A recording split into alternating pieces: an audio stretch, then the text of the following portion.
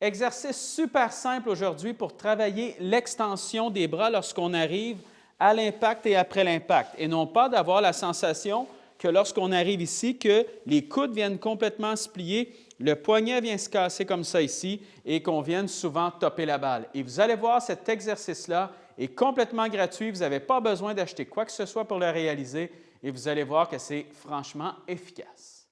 Donc, ce qu'on a besoin pour l'exercice super simple, vous allez voir, vous allez pouvoir être facilement créatif pour ça aussi. Moi, je vais utiliser, par exemple, un verre de café comme ça avec une tige d'alignement. Si vous n'en avez pas, vous pouvez utiliser n'importe quoi d'autre. Vous allez voir, vous allez facilement pouvoir être créatif avec ça.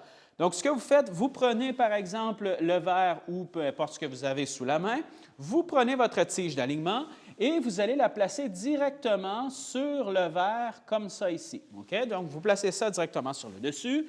Donc, lorsque vous placez votre tige d'alignement comme ça, bien, le club, lui, peut passer sous cette tige d'alignement-là comme ça. Donc, ça, jusque-là, tout va bien.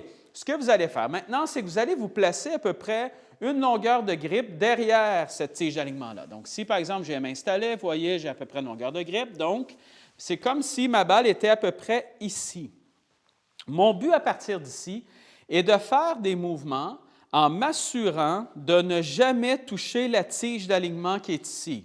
Ce que je veux dire, c'est que si je m'installe comme ça ici, par exemple, pour taper la balle, le but est que le club vienne glisser sous cette tige d'alignement-là. Et très souvent, comme j'explique là, c'est qu'on arrive à l'impact, le poids reste sur la jambe arrière un peu trop, le club arrive à l'impact, les coudes viennent se plier un peu comme ça ici, et là, le club, qu'est-ce qu'il fait? C'est qu'il vient soit taper derrière la balle et ensuite il monte. Ce qui va se produire, c'est qu'on va taper la tige d'alignement, ou bien on va arriver à l'impact tout simplement comme ça ici, on ne touchera pas du tout au sol, les coudes se plient et je touche la tige d'alignement. Mon but avec cet exercice-là est de sentir que le club va venir glisser sous la tige d'alignement. Et vous voyez, si je me concentre à ce que le club vienne glisser sous la tige d'alignement, regardez à quel point mes bras viennent en extension. Et c'est ça que je vais aller chercher aujourd'hui, c'est cette extension-là à travers la balle. Et cet exercice-là va vous obliger à le faire. Si je vous le montre dans cet angle-là ici, vous voyez bien comment je suis installé. Vous voyez le verre ici, vous voyez la tige d'alignement qui est sur le dessus. Moi, je m'installe à peu près longueur d'une grippe derrière comme ça ici.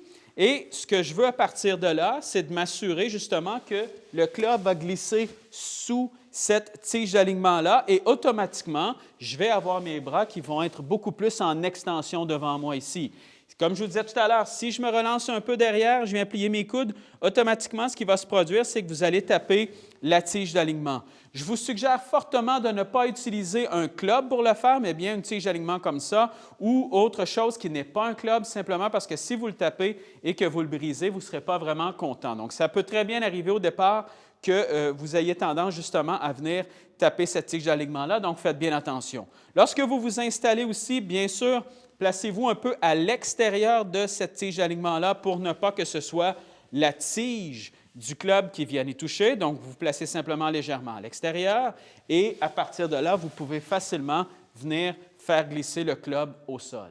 Et donc, le but de cet exercice-là, c'est vraiment de vous faire sentir un angle qui va être légèrement en descendant, mais aussi le fait de sentir que votre but est de faire glisser le club au sol longtemps après la balle. Et j'explique souvent ce concept-là justement pour sentir l'extension, que votre but est de sentir que vous venez taper la balle et ensuite que le club glisse au sol un peu plus longtemps pour obliger vos bras un peu à s'allonger vers l'avant et non pas qu'ils viennent complètement tirer vers vous.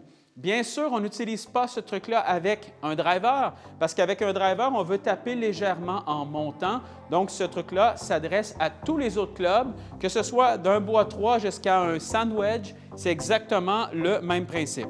Si vous voulez taper des balles avec ça, vous pouvez. Je vous conseille simplement de vous placer légèrement à côté de la tige, tout simplement comme ça ici.